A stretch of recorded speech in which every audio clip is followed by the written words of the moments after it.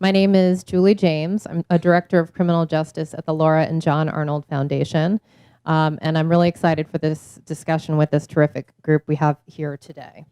So I'm just going to start off with a little bit of context for how I come to this problem, and just say that for many of us, with notable exceptions in this room, the killing of Michael Brown and the subsequent revelations in Ferguson were some of the first times that many of us realized the size of the problem of fines and fees, and how the justice system, which had grown, and we were paying attention to mass incarceration, and we're talking now more about mass supervision, but less about how that system was funded, and funded most frequently by the people who were in the justice system. And that really revealed a national crisis in how local government was funding their systems. And together we've learned something about the scope of the problem. We have one national estimate that there's $50 billion in existing debt for 10 million individuals and families. And we've learned about some of the cascade of harms and consequences that can come from this kind of debt, from driver's license suspensions to housing insecurity to job loss and incarceration, even voting disenfranchisement. So this is a question of citizenship, as well as the economic harms that can attend it. But the truth is that we don't know the full extent of the problem, and we really need to do more research to understand that. And we need to understand how to undo those harms, and also what alternatives might work. And that's a lot of what we're going to talk about today. So a growing movement has taken hold, and there are a lot of people now who are talking about this issue, doing something about the issue, care about the issue in a way that they haven't before. But there are some really thorny questions that we want to deal with today. So today, to help us untangle some of those issues, is a wonderful group of folks.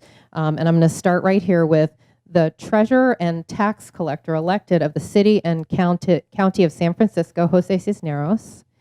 To his right is Mark Levin, Vice President of the Texas Public Policy Foundation and Right on Crime, Joanna Weiss, Director of the Fines and Fees Justice Center, and Marianne Scully, Executive Director of the National Juvenile Defender Center. So I'm going to start by asking our panelists to tell us a little bit more about the scope of the problem. That's going to be kind of part one. And then we're going to transition into talking about what some of the solutions might be, both to the role of economic sanctions in punishment, as well as to how to fund the justice system. So, Treasurer Cisneros, among other things, as elected treasurer, you're entrusted with tax and revenue collection for the city and county of San Francisco. So I have to ask, since you're the money guy, why did you take on an issue that could threaten your revenue?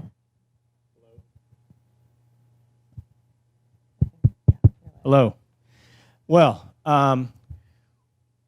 we do collect the revenue for the city, but we really wanted to look at how we were affecting people in our community.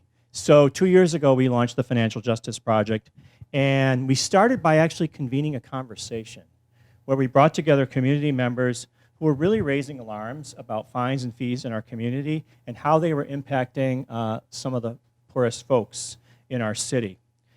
We heard about people who'd had their driver's license suspended just because they couldn't pay a traffic ticket. And then, we all know what those consequences can be. They might have even lost their jobs because they couldn't get to work. We heard about homeless people who were given $200 tickets for sleeping on the sidewalk, but then with extra penalties, those grew to $500 tickets when left unpaid. We heard about snowballing late fees and credit scores going down. And we heard about a lot of dramatic impacts that people were receiving in their lives. So the Financial Justice Project convened, like I said, a task force. We brought together the folks in the community, and we sat them down with our government leaders. We had the sheriff there, the public defender, the district attorney, our transit agencies, representatives of our local courts, to really dig into this challenge and to see how fines and fees were impacting people. We quickly found out that people who were exiting the criminal justice system were getting hit with thousands of dollars in fees right when they were trying to put their lives back together. in San Francisco, we were charging a $50 a month fee for being on probation. And we were even being smarter than that. We were determining that most people were on probation for 3 years, so we gave them a right up front bill for $1,800 the minute they left jail. Well, you can imagine how most people aren't able to pay that. These fees just piled up on their records, and it really prevented people from becoming successful, from getting a job, finding a place to live, and getting back on their feet. We particularly heard one story about a woman named Mary. She got out of jail. She got clean from her addiction. She found a new job, and she reunited with her daughter. She really did everything right, but then she was stunned when she got this $1,800 bill for being on probation. I've seen how government works. I've seen how we run our budgets, and I know we can find a way to balance our budgets without settling it on the backs of the poor. In San Francisco, that probation fee I was telling you about, the $1,800 fee, the collection rate was about 9%. So, I mean, if that doesn't tell you, like, what's the point here, I don't know what does. These fees were high paying for people. It was hitting them right when they were trying to get better, and they were obviously with a 9% collection rate, not bringing much in to our city government. So I was very excited when our elected leadership in the city a few months back decided to eliminate all the criminal justice fines and fees in San Francisco on folks exiting the criminal justice system. Never more will we put those kinds of burdens on people. But we still had those years of folks who had received those bills years and years past. So I was just as excited to stand with our mayor just a few weeks ago where we announced that the City and County of San Francisco was eliminating $32 million of criminal justice-related debt off of the records of 21,000 people. Clean, gone. This, to me, is what government needs to be doing. I'm happy to talk more about what we've achieved in the Financial Justice Project, but I'm convinced that this is the right way for things to happen. Is it easy to get there? Not at all. We've had our challenges. We've worked together with different folks in our government, and we have still a lot more to do. Thanks. Thank you, Treasurer Cisneros. And I hope you will forgive the liberty that I take in saying it's wonderful that you did it in San Francisco, but I think we wonder about the rest of the country. And so I turn to Mark as Vice President of Texas Public Policy Foundation for Criminal Justice. You work with conservatives across the country on criminal justice reform. And so what is the conservative case for this kind of reform? Are you seeing traction for these things that seem like the morally right thing to do, the fiscally prudent thing to do? What's your take? Yeah, well, we're not calling it the San Francisco model, but it's, you know, who can argue with cutting the size of government if we're talking about cutting taxes or something like that? So, but this is, the root of it, a government imposition on the citizens. And so certainly those of us on the right ought to be saying that, you know, if you believe in smaller government and less burdensome government, this clearly isn't that. And the other thing is, of course, it conflicts with other goals in the criminal justice system, and I would say legitimate goals, which, unlike revenue collection, for example, public safety. We hear from probation departments that sometimes folks don't show up for their probation appointments because they don't have the money for the probation fee. So how counterproductive is that? And so even in Texas, even though we've said you can't be revoked for not paying your probation fee, and 2/3 of motions to revoke being behind on your fee is one of the reasons for revocation, along with missed appointment or something else. So it's a big problem in that regard. It also trades off with victim restitution, which is, I would argue, is where we ought to be focused in this area of collecting money. And you know, it also just causes perverse incentives throughout the system. So people are kept on probation. This is coming from probation chiefs in Texas. People are kept on longer. So even though they're exemplary, but if they early terminate those people, those are the ones who are by and large paying every month. So they're subsidizing the whole department. Over half of the budget, and this is true in other states too, for probation in Texas is from probation fees. So, you know, we see that this is a huge problem. By the way, it's a big problem with driver's licenses as well. So you look at like Virginia, 1 in 6 drivers have their license suspended.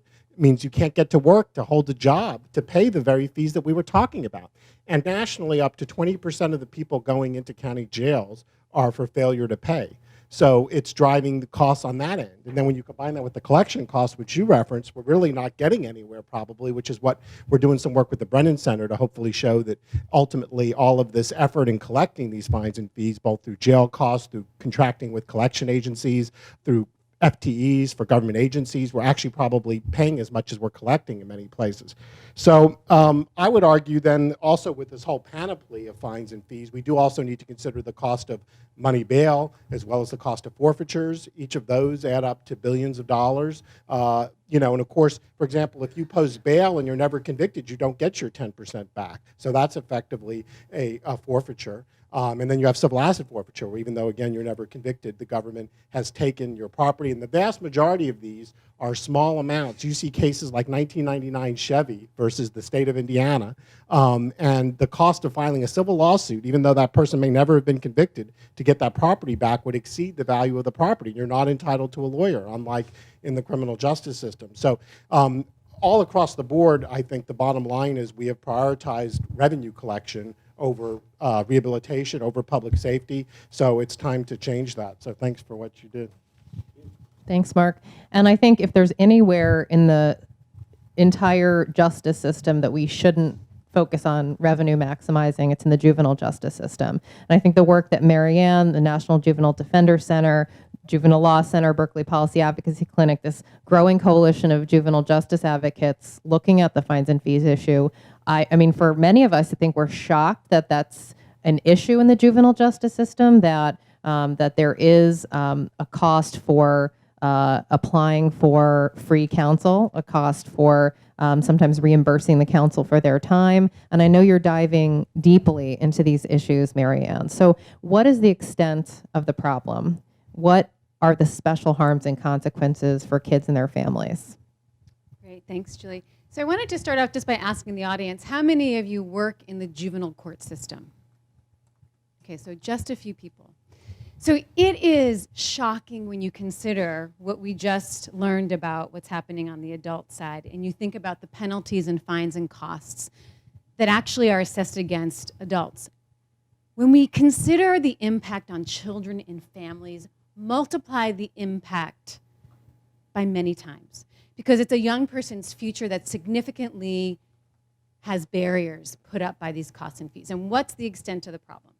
So we know that in 36 states, young people are charged for the costs of an attorney. Generally, when you think about the United States, you think about justice, you think about young people getting arrested, most people think young people have lawyers by their side.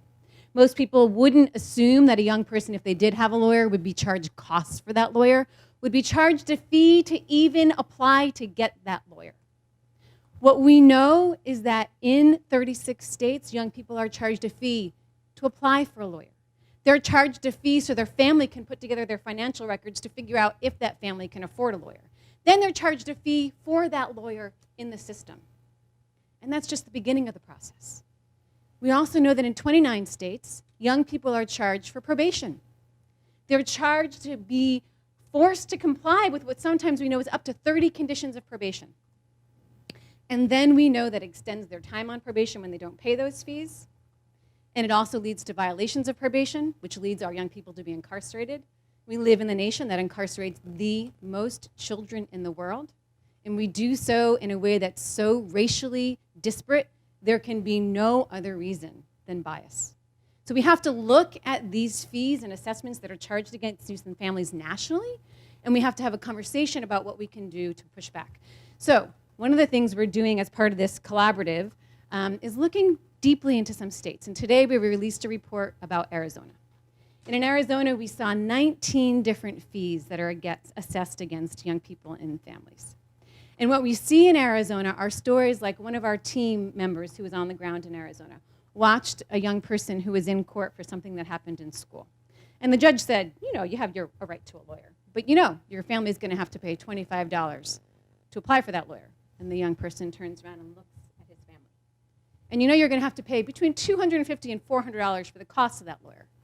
And the young person turns around and looks at his family. And the judge says, so do you want a lawyer? And the young person says, no. But what the judge didn't tell that young person is that when that young person pled guilty and got placed on probation, The family would then be assessed between $50 and $60 a month for being placed on probation. So that's just a look into one state, and we know this is happening across the country. So should we all be concerned about and lifting up the conversation about fines and fees? Yes. Can we all be doing something immediately to impact what's happening to our youth? Yes. Thanks, Marianne.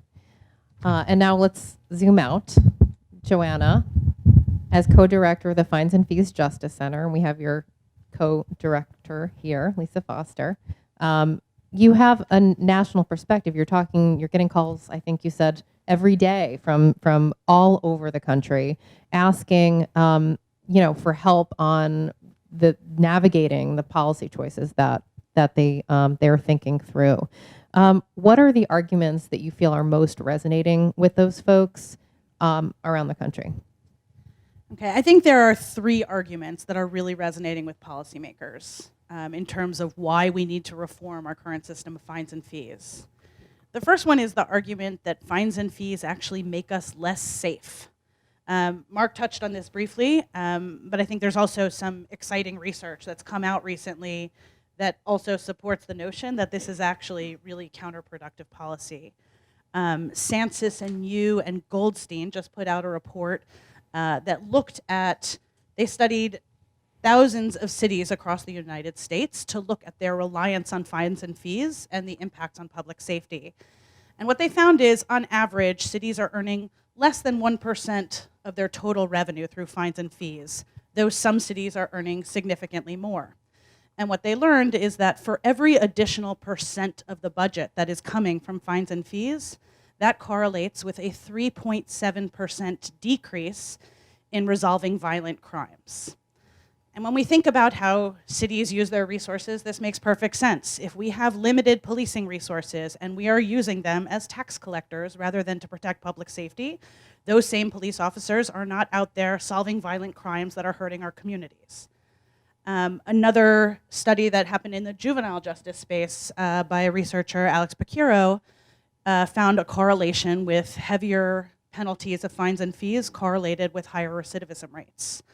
And I know that there's additional research coming soon from Bruce Western and Diva Pager, who are doing a really rigorous study to find the impacts of fines and fees, but this is one that we anticipate, frankly. Another thing that has really resonated with policymakers is the argument that fees in particular don't pay. And you've heard from Treasurer Cisneros and from Mark that basically collections are incredibly difficult, and it's something that jurisdictions tend not to consider beforehand when they impose fines and fees. If you can bring up the slide. Yeah, thank you. So the Berkeley Policy Advocacy Clinic conducted a cost-benefit analysis across 5 counties in California on the application of juvenile fees in the system.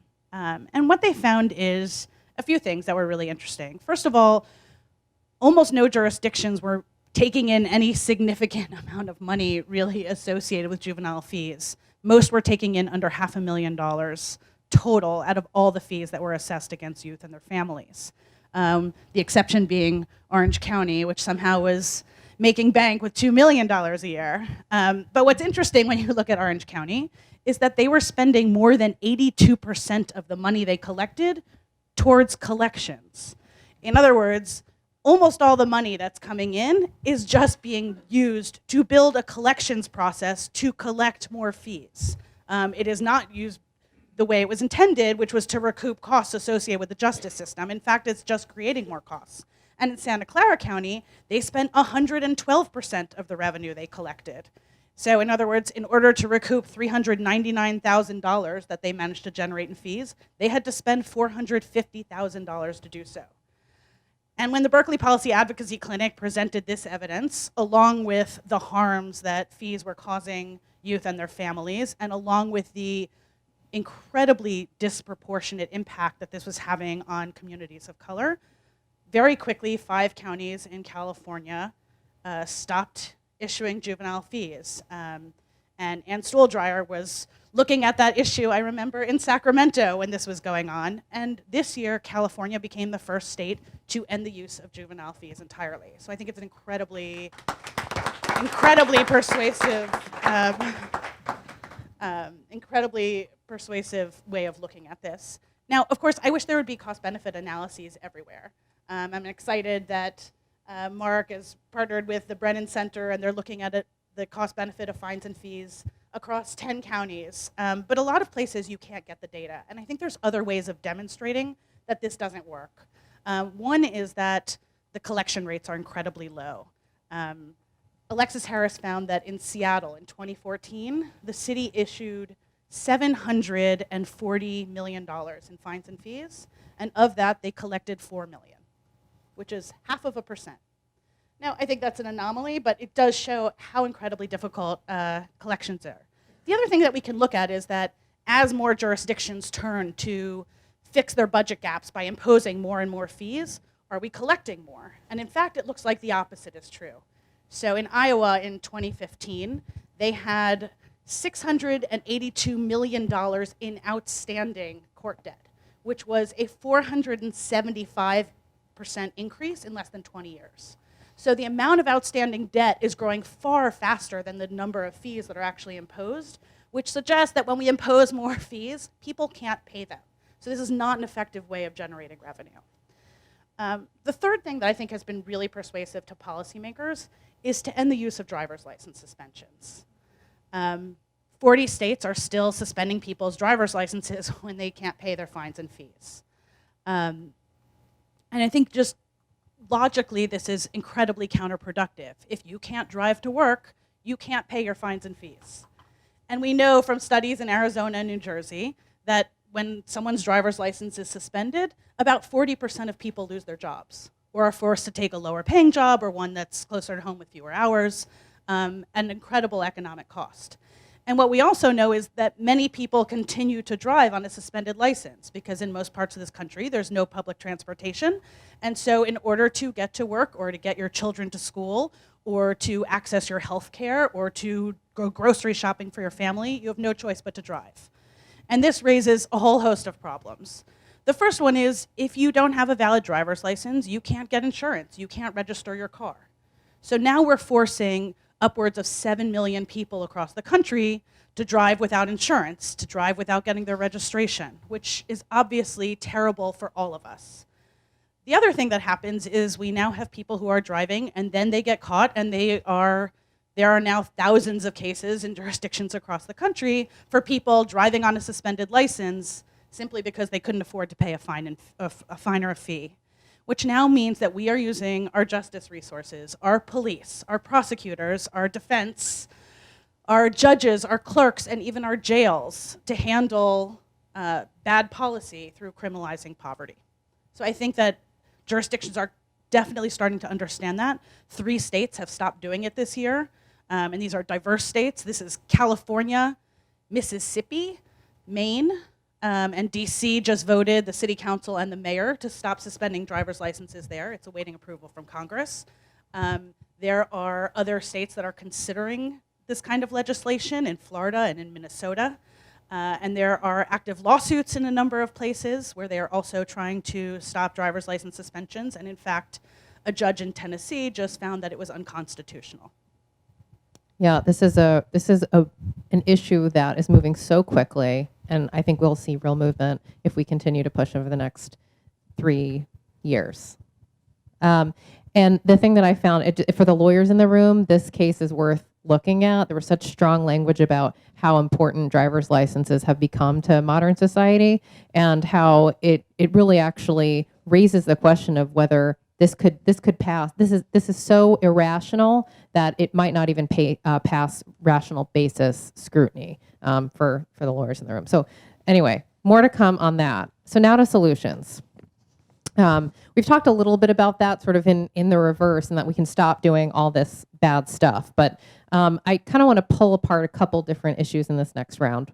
One is, I think we didn't do definitions at the front, but I think it's important to distinguish fees, which are not supposed to be part of the punishment, which are really just to support operations of the justice system on the one hand, and fines, which are the punishment. So in a system where fines are part of the punishment, how can we do that fairly if we do it at all? So that's kind of part of the question. And then, see, this is unfair, but this is my moderator's privilege. I get to ask 2 questions at once. The second is, if we do that, how do we fund the justice system? What's a fair way to do that? So, Mark, I'm going to start with you. Continuing with the theme that Joanna started on, what other legislative opportunities in this vein are you seeing? What movement are you seeing in the states? Well, and in Texas, we passed a bill in 2017, actually 2 bills, which was a lot of work. But basically, before this passed, 600,000 jail days were accumulated for people not paying their fines and fees. And it wasn't as strong as the Louisiana bill, which basically abolished debtors' prisons in Louisiana. But what it did say is you need to adjust the amount based on ability to pay up front.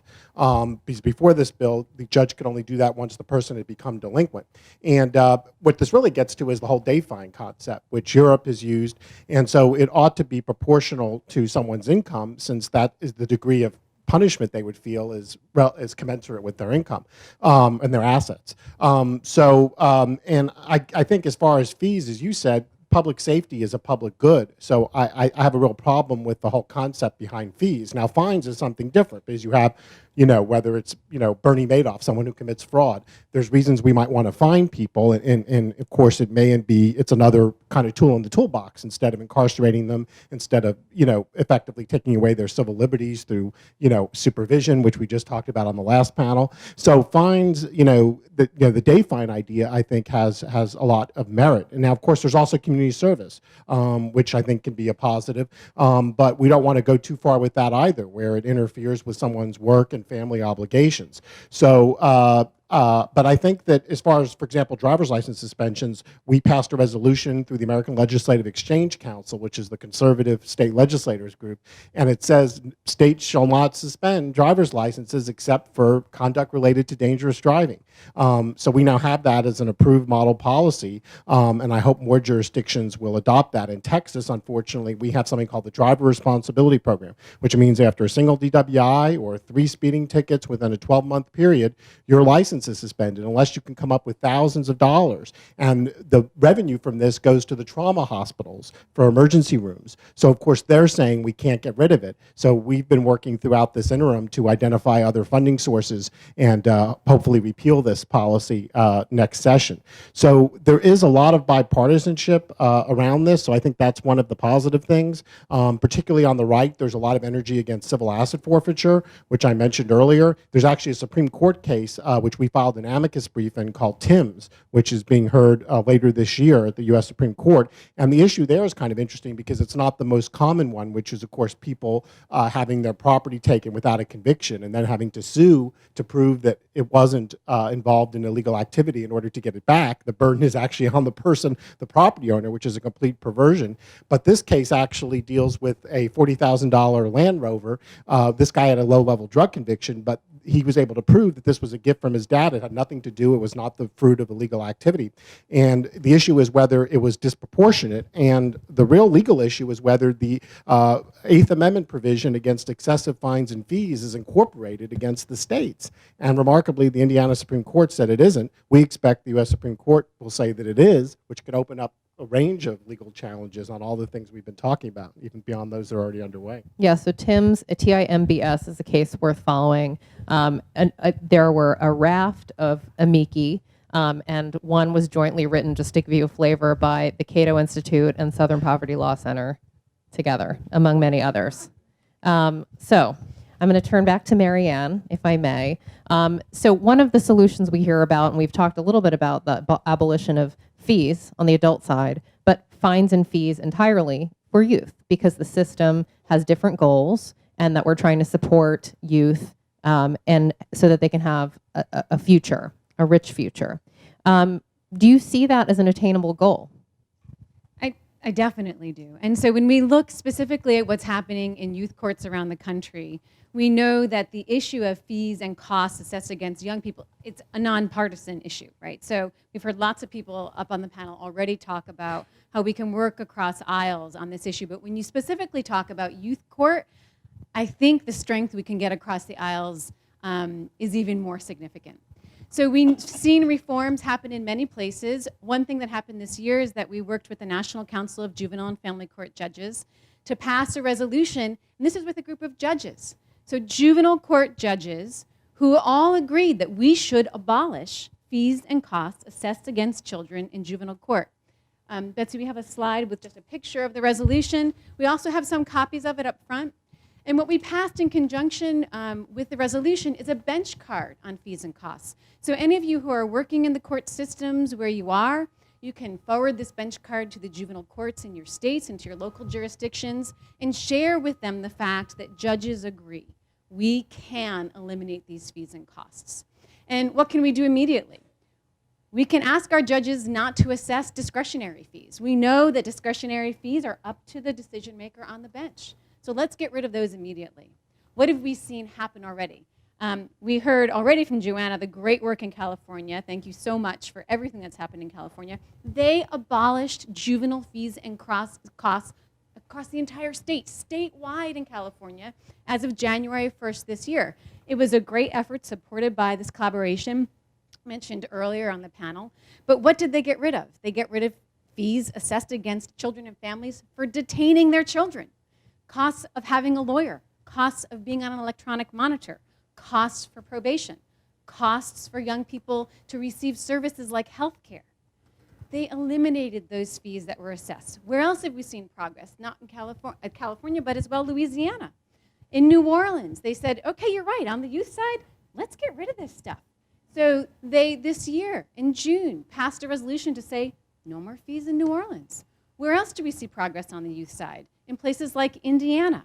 So we know that this issue, especially as it's addressed with young people and families, is something we can make progress on, I think, immediately.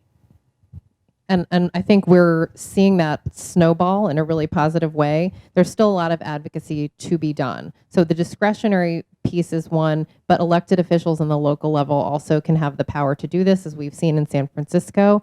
And with that, the forgiveness of the $32 million in debt, I think my tally has that California, in addition to prospectively eliminating fees, has now forgiven over $250 million in existing debt.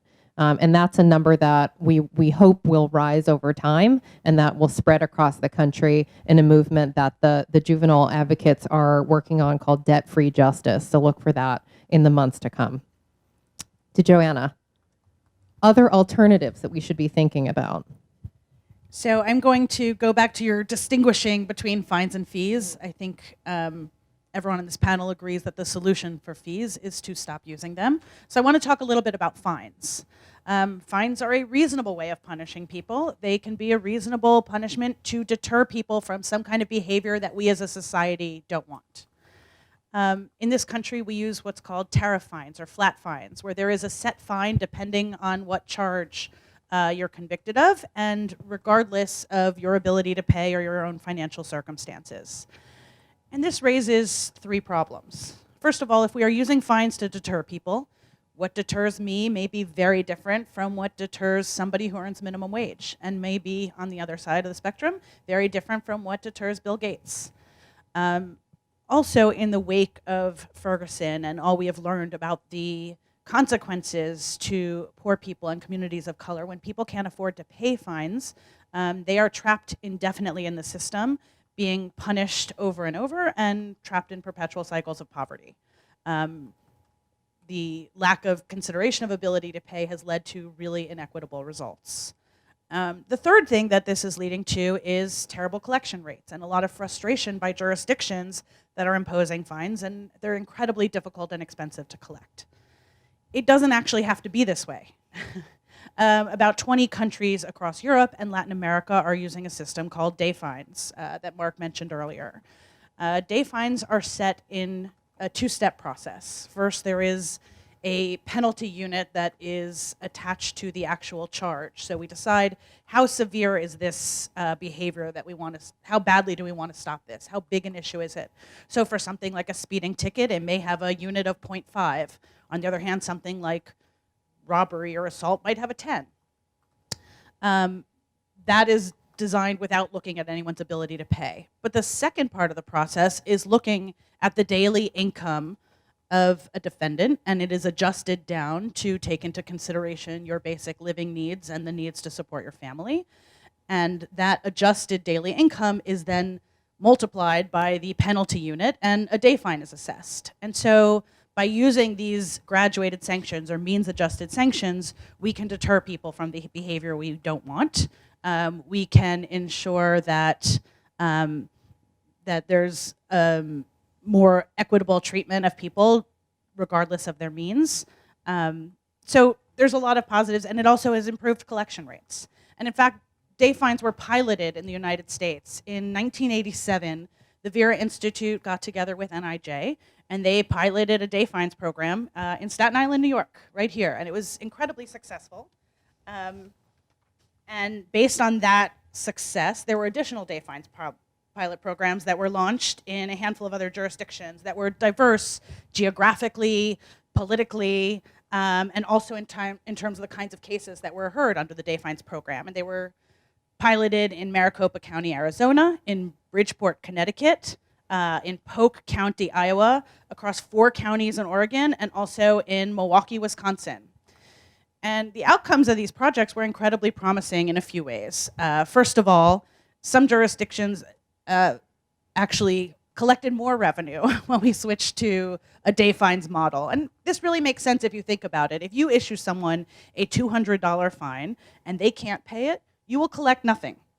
If you issue a fine to someone of $25 or $40 and that is what they can afford to pay, the evidence and research suggests that people will pay that and get out of the system. So that also improves the collection rates and gives jurisdictions a much more steady, reliable source of income than the current tariff fine model.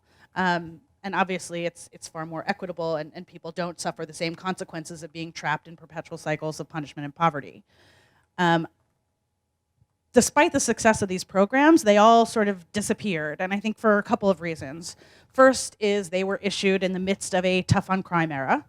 The second thing is they were issued during an economic boom, when jurisdictions weren't looking that carefully at their collection rates, and there wasn't so much pressure on them to make sure that all outstanding bills were getting paid. Circumstances have changed dramatically since then, and we think this is actually an incredibly ripe time to repilot day fine programs for a few reasons. First of all, I think there is growing concerns that the tariff model isn't working. It isn't working for people, and it's trapping people in the system. It's inflating our system and becoming a route to incarceration. Jurisdictions aren't collecting their money. All around, I think there's also bipartisan support, and I think Mark's point was really well taken. There are groups such as the ACLU on one side of the spectrum and ALEC on the other side of the political spectrum who say that we mean to have means-adjusted fines. And there are nonpartisan groups like the drafters of the Model Penal Code and the National Conference of State Courts who are all saying we need means-adjusted fines. So I think the time is really ripe. One hindrance to implementing day fines is the use of mandatory fees, which from the time that the original pilot programs were instituted until now, there is a really significant increase in the use of mandatory fees. And this is a problem. If we have a mandatory fee, we can't use day fines. So in New York, for example, even with a moving violation, there's almost $100 tax, essentially, mandatory surcharge that a judge can't waive, which means we can't assess what somebody could actually pay. But we think that if we can find a jurisdiction without mandatory surcharges, this would be a great pilot project. And a researcher named Beth Colgan has done a lot of research on lessons learned from the initial pilot programs that happened. Matali Negrecha of the Criminal Justice Policy Program at Harvard Law School is looking at this issue. And we have a group of researchers and policymakers who are very ready to provide guidance and technical assistance to any jurisdiction. Looking all out at you guys if you have a place to go, but for a place that's interested in piloting a day fines program. That's great, and that Beth Colgan article is fantastic. It's new as of this year. Graduating economic sanctions is the first part before the colon, and it's sort of a primer for the policy issues that you'd need to navigate to kind of pilot this in your jurisdiction. But the research that Joanna mentioned with Matali and colleagues is based in Europe and is going to bring home lessons for what they've learned over the past couple decades and this sort of normalized approach to graduating economic sanctions. So it's been a while since we've heard from you, sir, and thank you for your patience. But we wanted to end on this one because it's the hardest. And it'll I think be a good launching point into what I hope is a very rich discussion in this room. So we've heard about a lot of options for reform. We've heard about abolishing user fees. We've heard about abolishing juvenile fines and fees. And we've heard about graduating economic sanctions, among other things. If we succeed at all of this stuff, we've heard that the sky won't fall. We might not lose revenue. We pay a lot for collecting these revenues. But what if we still have a gap? What do we do then? It's a hard question because I think it comes back to potentially taxation. And so I'm really interested to know your thoughts.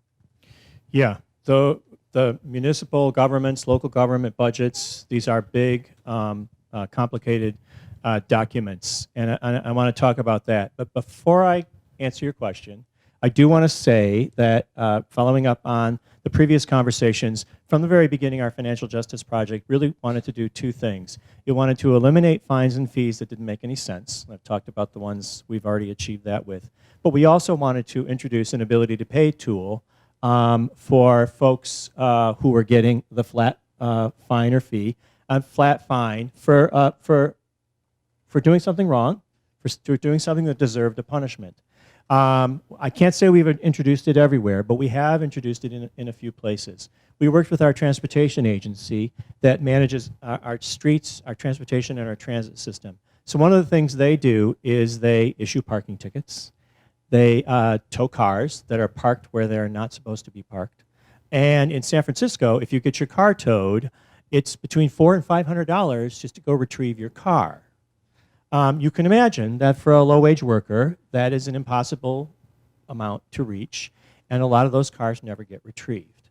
We worked with the transit agency and with our human services agency. We created an ability to pay verification tool that basically just allows the transportation agency to check, and with information provided by the human services agency, we're a city and a county, so we have both, they can quickly see if that offender is on any kind of public benefits, food stamps, any kind of public support. And if they are, their fine amount is adjusted. So that $400+ tow fee is cut in half, and same with boot fees and other types of penalties they're putting out there. And lo and behold, many of the fines had a 400% increase in the payment rate and the total amount of greater revenue coming into the department.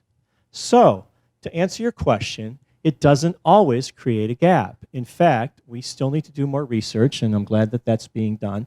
But there are some situations where this is actually going to not present a gap and possibly even result in an increase. But back to the issue of where we are eliminating fees, there will oftentimes be a gap. So we convened, as I said, all the different parts of the government, and one of the key players we brought into that conversation was the folks that manage our city-county budget. Our annual budget of our city and county of San Francisco is $11 billion. So that's huge. And so even when we were faced with a $500,000 shortfall or $1 million shortfall, you have to put it in perspective. Every year, our government, along with every other government and every other organization in this country, we do an annual budget. And part of that annual budget is to project what the upcoming year is going to cost us. And we, unlike the federal government, have to publish and live by a balanced budget. So we can only live within our means each year. So we can only budget to spend what we expect to come in. Now, I promise you, nobody can absolutely tell the future. So those budgets, both on the revenue side and the cost side, are always going to be off. They're always going to be wrong by some amount. And part of what we do every year in our job is we massage and rebalance year after year after year after year. Something we thought was going to bring in $5 million might bring in $4 million. Something we brought in was going to bring in $6 million, might bring in $7 million. Who knows? It's all across the board. We're always doing these rebalancing systems. So in our financial justice project, we brought in the folks that do that rebalancing each year. And we presented to them the issues that we've been talking about on this panel. We're bringing in this many hundreds of thousands of dollars in juvenile justice fees. We're bringing in this much or very little on adult probation fees, so on and so forth. We think it makes sense to eliminate them, but if we do, what are we going to do to fund that department that was using what lot or little was coming in? The mayor's budget office in our city worked with us and provided those backfills. I'm so curious, what was the reaction to hearing that this was the thought process? I'll honestly tell you, I think this is one of the things I've been most pleasantly surprised with, which is that, at least in our city, and I don't know if this is true everywhere, I honestly think in our city, everybody in our local government, who are really, I promise you, well-intentioned people, they really, really are, they're trying to do the right thing, they had no idea the kinds of impacts that we're all talking about here today. And then I know a lot of people in this room are well-versed about. But honestly, down to every individual person, they just didn't understand how those impacts were. So throughout our 50-plus city departments that are in our local government and amongst our elected officials, having that conversation with the local community leaders to help educate us on the way these impacts are harming people in our community, and to your point, stopping our community from getting better, stopping people from becoming more successful and getting back on their feet. They were shocked and really, really, their reaction was to say, well, what can I, as a government leader, do about that? And so their next thing after that shock is, what should we do about this? And they really started to pitch in. Some of our biggest advocates and some of our biggest champions in this effort have been the members of the mayor's budget office, who are sitting there now working with my colleague Ann Stuhldreher, the director of the Financial Justice Project, and her team, to go around from the department to department. And I think almost as quickly as we can react to seeing an injustice, those folks are sitting there going like, oh my gosh, they're scratching their heads going like, how can we keep doing this and how can we backfill? I don't want to make it sound easy. Local government budgets are always a challenge. There always needs to be a balance between taxes to fund government versus all other forms of revenue, which mostly fall into the category of fees and a few fines. We know members of the public don't typically like taxes. In California, a local government cannot create a tax without an approving vote of the voters. So you can imagine how easy that is. So fees are a reality and a solid part of revenue for a city. But fees are most commonly put on, someone who wants to start a business, someone who wants to build a commercial building. People like that doing projects like that, which are likely to be profit-making ventures for them, having them help the government recoup some of the effort of helping them be successful is perfectly reasonable. So fees are not necessarily a bad word. Let's remember that. There are plenty of okay fees out there. But fees that harm people who we're trying to have do good things, that's an important thing. I think what we really need to do in government is we need to have these very thoughtful conversations where we look at what amount of money are we bringing people unfairly and compare it to where are the other places we can get those funds. And in order to do that, our Financial Justice Project is working with the city departments and the mayor's budget office to do a complete inventory of every single fee that we put out in our local government to find out how much is it, who's paying it, what's the collection rate, what's its purpose, and what possible impacts is it having that are unintended or damaging to our community so that we can reform them if that's what it takes. Well, that's terrific. And I know that Anne, yes, there's applause. We're getting close to the question and answer, so get those ideas going. But I know Anne and colleagues with Treasurer Cisneros is taking the lessons that they've learned in their process, and they're going to be sharing that in the months and years to come. So others in different communities can ask these same kinds of questions, can hold these same kinds of community engagement sessions, learn where the pain points are. I do want to come back to this one thing, though. So what is the fair way to fund the justice system? If we all agree that there are important things that our justice system does, what's the way to do that? Well, at least from my perspective, again, you mentioned it in my intro, treasurer and tax collector. One thing I can tell you about taxes is they are, love them or hate them, they are try to be right-sized and fair to the people that pay them. By and large, taxes are something that are proportional, whether you're talking about taxes we pay the IRS or our state governments or even local taxes if we pay local taxes. And in our city, individuals don't pay local taxes, but businesses do. Every single one of those taxes is based on an individual or a business's size, its income, and its profit. And that's basically is the mechanism that says, okay, everyone's going to pay, think of it as their fair share. And I think the more revenue we can get from right-sizing revenue that we draw out of the successful folks in our community, that's the right way to fund government. We all should pay according to our ability, and we should all pay our fair share. And if we do that, and we pay enough of that, and maybe pass some more taxes, if that's what it takes, I think we can afford to fund all the different parts of governments that we want to see happen, whether it's police or fire or filling potholes or running a criminal justice system. Oh, Mark wants to get in a word here, and then we're going to throw it out to the audience. Well, I think we have to. Taxes. The justice system is too big and too costly, and actually it relates to this because, like in Houston, over half the first-time DWI offenders, they choose county jail over probation, partly because of the fees. And we have the same problem with our state jail system. Now, by the way, in Texas, you can discharge a fine or fee by jail time. So these folks that do debtor's prison, that's what it is, they go to jail. Every night they sleep in jail, that's $90 or $100 off of whatever they owe. And so the taxpayers didn't get the money, and now they're paying the $85 a day that it costs to run that jail. So again, I think the bottom line is we need fewer laws, a smaller criminal justice system. You know, Ferguson, one of the cases was an overgrown lawn that this woman had, and that's how she ended up, going to jail because she couldn't pay that citation. So I think we need to just roll back the number of laws and roll back the punitiveness of our system. This one requires more than one response. Go ahead, Joanna. And just to add one more idea to that, I mean, the reason that we need to fund the justice system equitably is because the justice system is serving everyone.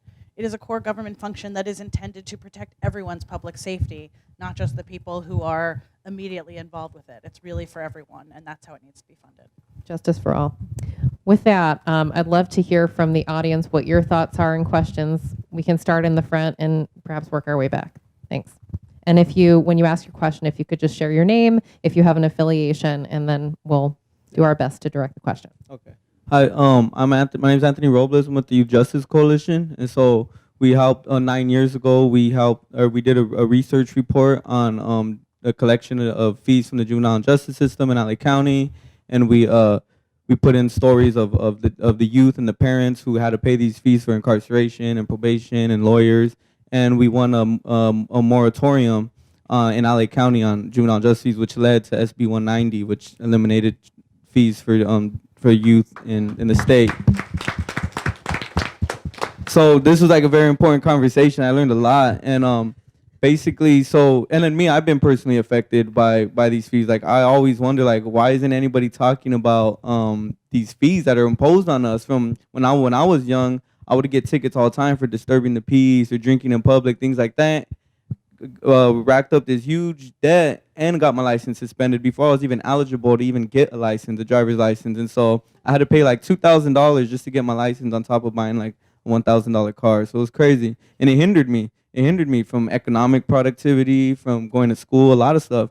And so, and then as an adult, I was put on felony probation. I had to pay $4,000, but I got it reduced to $2,000. I had to pay $25 every month. I almost got violated at one point because I didn't pay for like an entire year, and they were about to violate me and throw me in county jail. So yeah, it's like it's a huge problem. And so when the Ferguson report came out, I was like, finally, like these uprisings that are happening is not just about one killing. It's about this systemic imposition of law enforcement into our lives and hindering us from prospering. So With that said, we're working on a campaign now in LA County to end fees and fines for everybody, not just youth, for everybody, and hopefully lead to another statewide bill or something. And so we're going to have a convening on October 29th, and I just want to invite all of you, if y'all can come, because we want to have people that are working on this and that are doing this work to really come and share your perspectives and share the work that you've done and how we can implement that in LA County. And then we're also looking, hopefully, to have a conversation between like a wider, more general conversation between abolitionists and like reformers, and we're gonna try to hopefully get like some high-profile people, maybe Angela Davis or something. So we're hoping that if we can get somebody like that, more people want to come. But it'll be in Inglewood at our space, Chuco. So I just wanted to invite you and talk to you all after. So it wasn't really a question, but like, I just wanted to make sure that I could catch them. It's great. I'm glad to hear about your work and what all that went into. I mean, there were years worth of coalition work to get to the California. So if that felt truncated at all, that's merely for presentation. But there were years and so many people who contributed to that. And thank you, Anthony, for doing that, for continuing to work on that.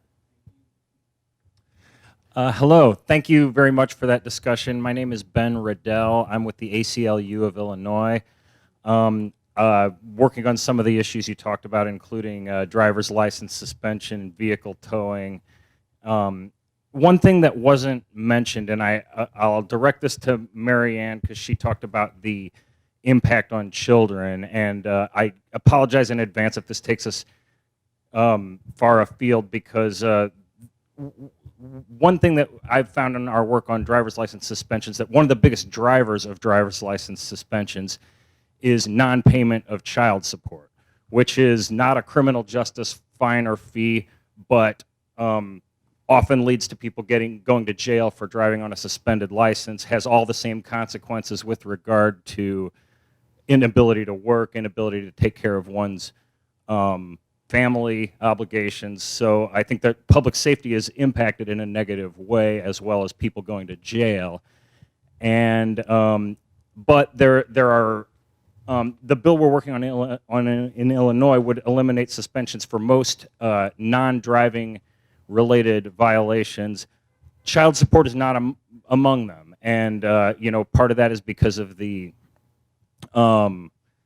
that issue is emotional, and like groups like the Coalition Against Domestic Violence say, don't touch that, even though there are a whole lot of people who are facing these same problems because of non-payment of child support. And I think it's further complicated by the fact that the federal government has certain laws that either incentivize or penalize states for not suspending licenses for non-payment of child support. So are there any solutions on the horizon or that you all can offer?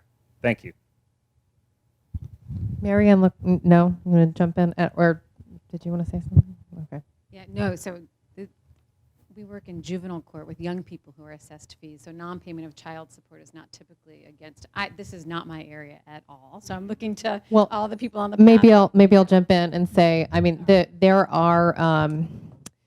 is litigation about some of this, the same kind of due process stuff that happens on the criminal side or on the civil or traffic side with incarceration. And so I could see an analogous move on the child support side for litigation that, states taking away a driver's license is, fundamental right or requires certain due process protections, and that it's not going to get you what you want, which is support for a family, for a child, gainful employment, and the rest. So I think there's certainly a policy argument to be made and potentially a litigation one as well. We have some connections through the federal government and the state offices of child support enforcement that might be worth exploring. And the Financial Justice Project, Ann is taking the lead on this, is also working on child support. Ann, do you want to share some of the pilot efforts we're working on there? Here. Hi, I'm Ann. Okay. When we started the Financial Justice Project work, we mainly started by listening. And I was surprised when many people in the community said, what are you going to do about child support debt? And I didn't understand at that point that, and at first I thought, what? Like, we don't want to take money away from kids. People said, oh, no. The problem is that when you make the payment, almost all of it goes to reimburse the government. It doesn't actually go to children. So in California, only the first $50 of what you pay goes to your kid. The rest of it goes to reimburse the government for any TANF costs or welfare costs. In California, we also charge 10% interest that compounds annually on that amount. So in California, the majority of child support debt is actually, and when families pay it, it actually goes to the government. 3/4 of the debt is owed to the government and not to children. In San Francisco, we believe that when a parent makes a child support payment, 100% of that should go to their children. It should not go to the government. In San Francisco, we worked with our child support director. We will not jail for the non-payment of child support. In a lot of counties in California, as many as 20% of the people who are in jail are in there for delinquent child support payments, again, where the majority is owed to the government, not to children. We also have set up something where a parent can get back their license if they come in and make a small payment and get on a kind of payment that's based on their ability to pay. And right now, I'm really excited. We think that a lot of the reason that parents are not making child support payments is because the money never goes to their children. So we raised some philanthropic funds in San Francisco and are paying off the amount that is owed to reimburse the government. And what we're seeing for those 40 parents where we've done that is that now, for the first time ever, now that those parents know all of the money is going through to their children, 100% of them are making full payments and are making on-time payments. So this is being evaluated by the Urban Institute, and we're really excited to see what happens. So I think there's a lot of other reforms in this space happening around the country, and this is a really poorly understood system. And all the inequitable impacts and how it's really a collection system that takes money away from families. Lisa is going to add to that, and then I don't know if this is a comment or a question, but we can turn to just the very next briefly. question. At the very end of the Obama administration, Health and Human Services, the Division of Child Support Services, issued a new rule that actually took a very hard look at the question of license suspension. You're right. There's federal statute law that says, what it says is states must have the ability to suspend a license. It does not say they have to. It just says they have to be able to do it. And what the rule said is you shouldn't do it unless you do an ability to pay determination first. And what you find is that it was willful, that the person's just not paying child support because they don't want to pay child support, not because they're poor and can't afford it. But the links to the criminal justice system are enormous. The average parent who comes out of custody owes back child support. Federal law does not allow a judge to retroactively modify a child support order. So if your order was to pay $200 a month in child support when you went into prison for 10 years and no one modified that order, you owe all that money when you come out, and no one can ever erase that debt. It's just there. So one of the things the rule requires, and most states I do not believe are complying yet, is that when someone goes into custody, the state either has to itself modify the child support order or give the person going into custody the ability to do that from prison. So there are things, it's a rule, it has not yet been revoked by the current administration. So there are tools available to think about child support. But you're right, it's connected to the criminal justice system and it's having the same kinds of consequences. So I don't know if we have the, right, so somebody up here in stripes, right? Or did you have a question? Yes, I do. Okay, sorry, please. Hello, my name is Roman. I am a recent John Jay grad and working in the president's office. I'm also doubling as your humble That's- timekeeper. that confused me. Sorry about that. No, Role was, confusion. That was the source of confusion. So I actually have a question about, we've talked about a few different policy areas, one being license revocation, another one being fines, and then fees. I wanted to ask about the concepts of reparations and reinvestment kind of in this arena. There's an interesting kind of analogy happening, or conversation happening around marijuana legalization, where a lot of the communities that are hurt most by past policies are not reaping the benefits of the legalization, and in fact, they still lost income. They still might have been involved in the justice system for those past laws. And while ALEC and the ACLU might have common ground on the question of kind of repealing these laws, I feel like there's a lot more divergence in the space of, well, do we reinvest in these communities that were harmed the most by these policies? And I wanted to know kind of what the groundswell is on that topic. So one thing that Thanks, Roman. one thing that's happened is there's actually been a number of lawsuits where people have been wrongfully punished for fines and fees in ways that violate the Constitution. And the answer has been to reimburse people. And there was I think it was a $4.7 million case in Jennings, Missouri, that reimbursed, I don't know how many people who had been wrongfully incarcerated and wrongfully issued fines and fees. And my understanding is that that's hard to do in litigation to get damages, but and usually it's more like stop doing the bad thing. But that this was a really big win in that, and that we're, I think, seeing more of that in litigation. Yeah. And there's been a couple more cases. Southern Poverty Law Center had a similar resolution of a case in Alabama. We are seeing more of those, but I'm not saying that is the right answer, but it is one of the ways that it's been handled by the system. Yep, and then in Philadelphia last week, the Institute for Justice won a case, and they have to give back millions to people that they wrongfully forfeited their cars and other property. So, yeah, I think it's only right to do that. But I think it's a deeper policy question than, in some ways, than, well, I think it is, than just paying back what you took, because there was harm and damage done to the community and over time. And we're talking about the long arc of history, too, of course. So I think it's one that the policy community will need to engage with. So thanks for raising that, Roman. Question in the back here, and then, sorry, you were next, right? Yeah. Yeah, thanks. Hi, I'm Erica Vixilia with the Fountain Fund, and we provide microloans to formerly incarcerated people. And we live in Virginia, and we're founded largely because of the sad statistic you brought up, about 1 in 6 in Virginia.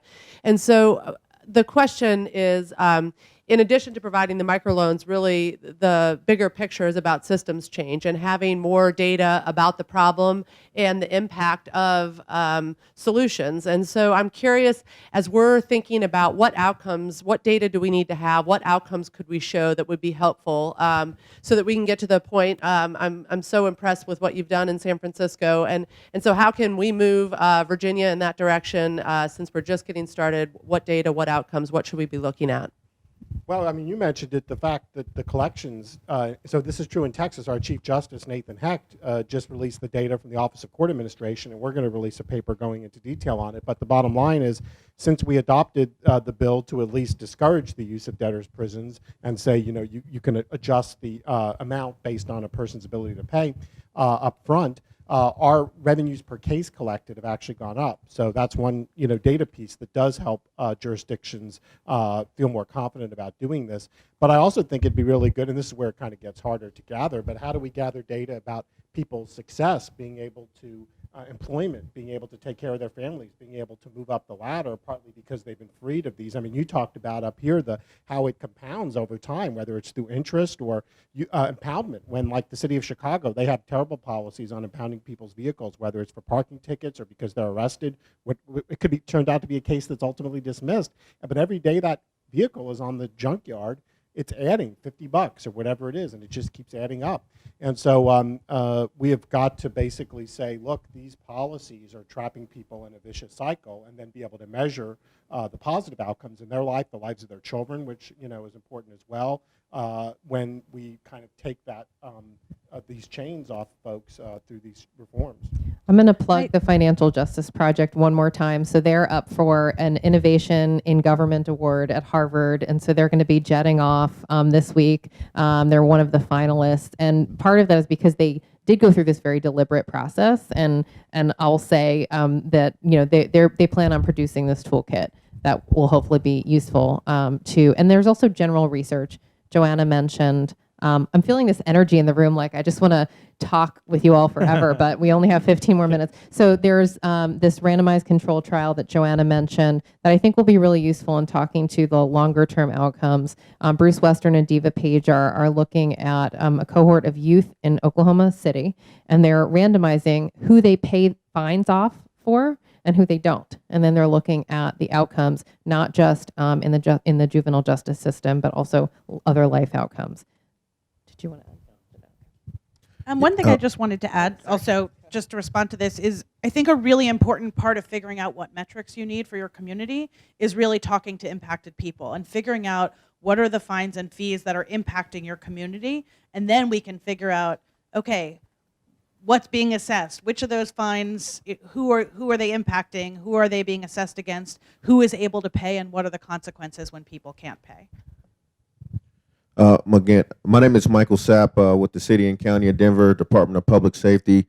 I'd like to echo what everyone has said. This has been a really great panel. I've learned a lot, specifically on a lot of the programs happening in San Francisco. Denver's doing a lot of progressive work around criminal justice reform. But my question is one to the panel in general, but specifically to San Francisco, and that's really around the public relations, the political strategy for moving the needle to get these taxes removed and fines eliminated. And then two, Denver and San Francisco, we both have affordable housing crises. How are you able to move the needle politically? Because we also have a similar system in that we can't raise taxes without the vote of the people. How are you able to deliver that package, that messaging package to voters to agree to get them to agree to remove that barrier? Thank you. Thank you. Congrats to Denver. You guys have a lot of great work going on there. One thing that's universally understood and felt in San Francisco is it's a very expensive city to live in. It is. I challenge any of you to try and measure up to the cost of living in San Francisco. Come on down, give it a try. It is tough. But we love our visitors, so do come visit. So when we talk about impacting particularly low-income people, the conversation really doesn't need to go much further. Just because of what we all know about the cost of living in San Francisco, the vast number of families that have to be considered low-income in San Francisco is astounding. I think, Ann, you were telling me a family of making $60,000 a year, 200% of income, in most places would be considered more or less okay.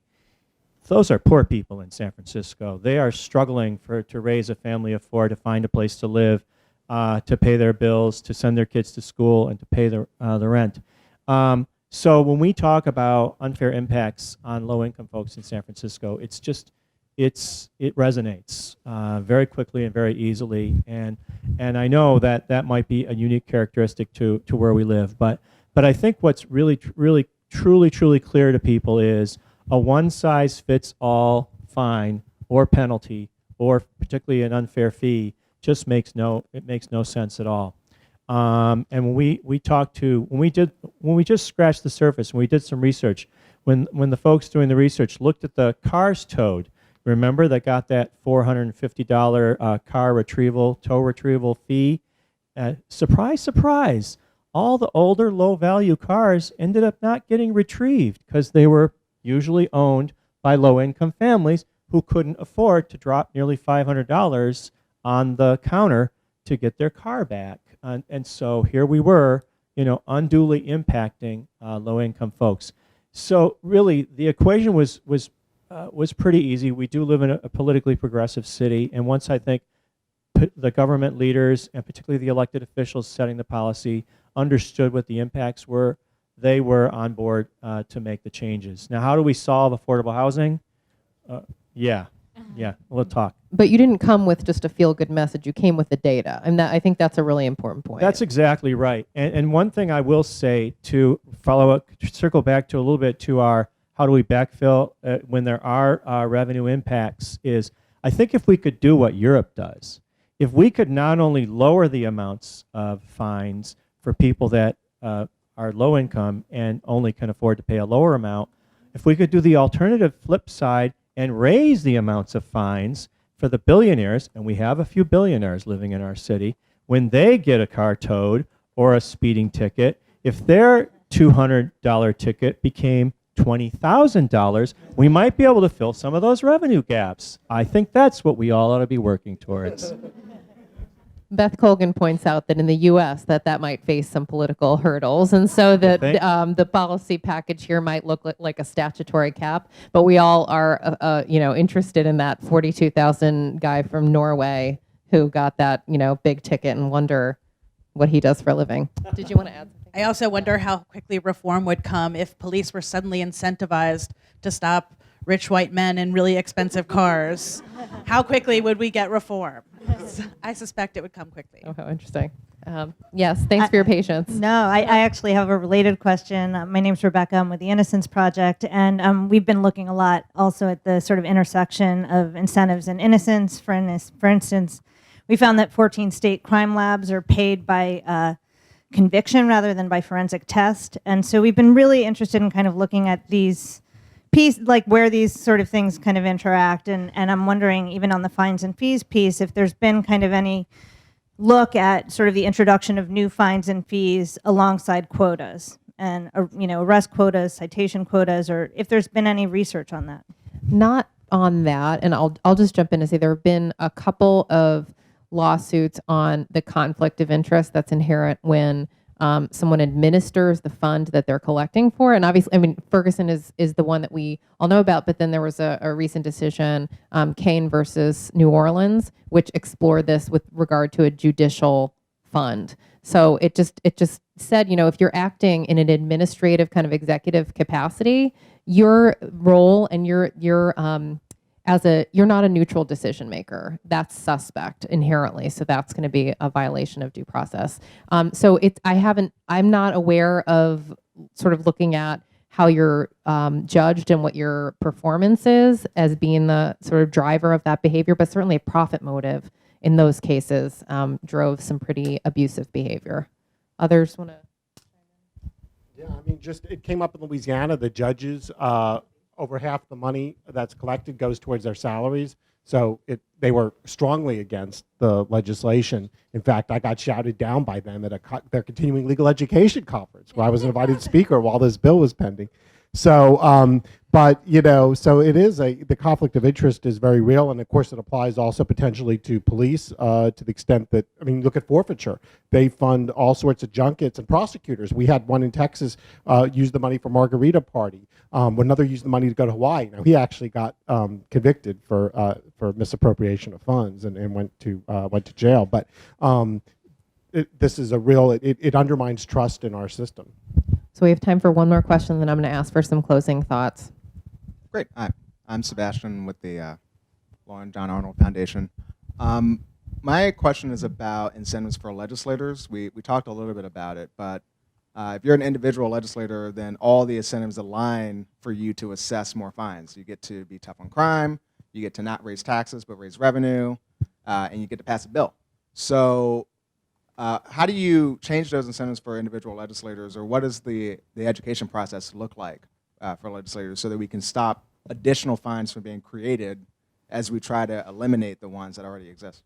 Well, I guess you could have also mentioned some of these people can't vote too that we're assessing, but yeah, some of them low voting rates, right? Even if they can vote, we know that in poor communities, obviously turnout's lower, so that's an issue too. But one of the things I think is getting accurate fiscal notes on these things, so that you can see the burden that this is going to create over 5 years or whatever on these populations, and to also make sure it's in the caption of every bill that you're creating, whether it's a new criminal penalty or a new fine. A lot of times, legislators may not even realize what they're voting on.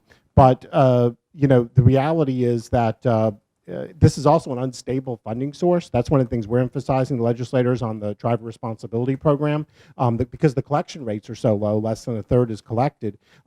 Depending on this revenue to fund the trauma care hospitals is a horrific policy.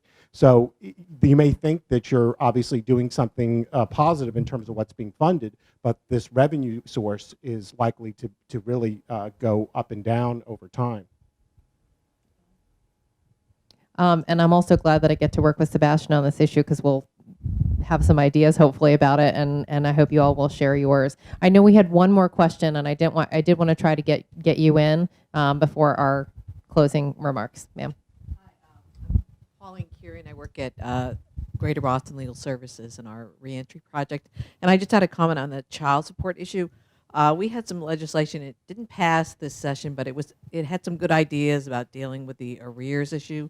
And what you could do, even though federal law prohibits retroactive modification, you can set an amount as to what triggers the license suspension. Like in Massachusetts, I think it was like $50 or $75, so we were trying to increase the amount. And then a second thing you could do is you actually can retroactively modify child support as long as a complaint has been filed. So what you could do is have the jails and the prisons give people information when they're at the beginning of incarceration. They just have to file the complaint and get it served, and the so-called 4D agency, the child support agency, is obligated to help non-custodial parents as well as custodial parents, so they can serve the complaint for you. So if we could get the information out there, that would help a lot of folks and prevent the accumulation of the arrearages. Thank you so much for that, Pauline. Thanks for this rich set of questions and discussion. I would like to offer my panelists a last thought if they'd like to do that. And maybe Marianne, I can start with you. So I'll just say that on the youth fees piece, just to go back to Sebastian's question for a second, I think we can frame it as youth success, right? So we know fees and costs create significant barriers to education, housing, financial independence for young people. So I think that's a great way to frame it. But I just wanted to leave the audience and say that if there's one thing you can do on the youth fees arena, is really just educate your loved ones, educate anyone you know. Tonight at dinner over a drink, tell somebody else that we charge kids for what happens in the court system. Most people don't know. And secondarily, if you're not sure what the fees are, contact any one of us on this panel. We will help you figure out in your state what it looks like, and then we ask you to contact decision makers where you are. So just to leave with that, there's so much that we can each do individually, and I hope you'll join us in this effort. Thanks, Marianne. An invocation, if you will, Joanna. And mine is actually a little bit responsive to Sebastian's question as well. I think that when we are looking to move this issue in jurisdictions, it's going to take a combination of qualitative and quantitative information. And we really need to collect as much data about what's really happening and who it's impacting. And we also really need to have the individual stories of people who are impacted. An incredibly successful campaign that I think is on the cusp of leading to legislative change around driver's license suspensions in Minnesota. They paired a prosecutor and an impacted person to talk to every legislator in each legislative district. The legislatures, the prosecutors, to talk about how this was impacting their caseload and what it was costing their community to spend all this time and money and energy to prosecute driving on a suspended license, and an impacted person who could actually demonstrate what this meant in a real world. Lisa and I are actually building out a clearinghouse of information that's going to have all of the research, all of the litigation, all of the legislative changes, all of the policy projects that are happening around the country. We're also trying to collect a bank of stories of personally impacted people, and we are also looking for people who are willing to share their story not only with us to be shared on our website, but also who are willing to speak to the press, because I think that's how we're going to move these issues, and also who are willing to speak to legislatures. So if you are working with a community like that and you think that people are willing to come forward and talk and share their stories, please come find me and talk to me, because I think that that's an important way that we're going to move this issue. Great, thanks, Joanna. Yeah, two things. First, family. I think we have to emphasize how and do some more research about the effect on family members. And obviously some parts of the public may not have that much sympathy for the person whose conduct resulted in the fine or fee or whatever. But you have children who were depending on that mom or dad to be able to have their car and drive them to school. and then you're just taking money out of the family budget for food and other things for the children, for the spouse. So I think that ought to be something we really focus on. And then secondly, you know, a related issue to all this is financial literacy. And it's a major problem for people coming out of prison, but likely also for people on supervision. And I mean, we can start early with this. I know the KIPP charter schools, they have student behavior accounts, which is really the exact opposite of all this, because they start out with a certain amount of money, and you know, they're able to redeem it for door prizes and things like that, like you would at an arcade. But these kids learn the way in which, you know, money works, so to speak. And so I think that we really need to be looking at that as well throughout the criminal justice system. Thank you. Treasurer. Yeah, I would just encourage everybody in this room, who I know are all doing great work, to really engage with your local governments. That's what our Financial Justice Project is all about. It's really doing and engaging this work right at the city, county, and court system level. And these are the folks that live and implement and charge these fines and fees and these penalties every day, day in and day out. But as I said, a lot of the folks, they just don't understand really what it's like to experience it down on the ground. And I think if we can educate them and work with them, we can see some improvements. I promise you, local governments want to make their communities successful. And yes, that includes helping big companies or wealthy people create jobs or new businesses or whatever, and those can be good at times, true. But they also means they want to help the neediest, most vulnerable people in our communities, and this is going to resonate with them that way, and I think we've got to get them to do that. Ann and I are actually excited about what we're doing. We're not done in San Francisco by any means, but stay tuned. But we're also looking for other cities and counties to work with. So if you engage with any of your local government folks and think they would be interested in maybe doing their own version of the Financial Justice Project, please reach out to us. We're putting together a program like that, and we'd like to partner with as many cities as we can, because it's that data and that body of work that's going to help create this all across the country. Well, we've got our list, and I'm sure you've got yours. Please join me in thanking this fantastic group of panelists, and to you all.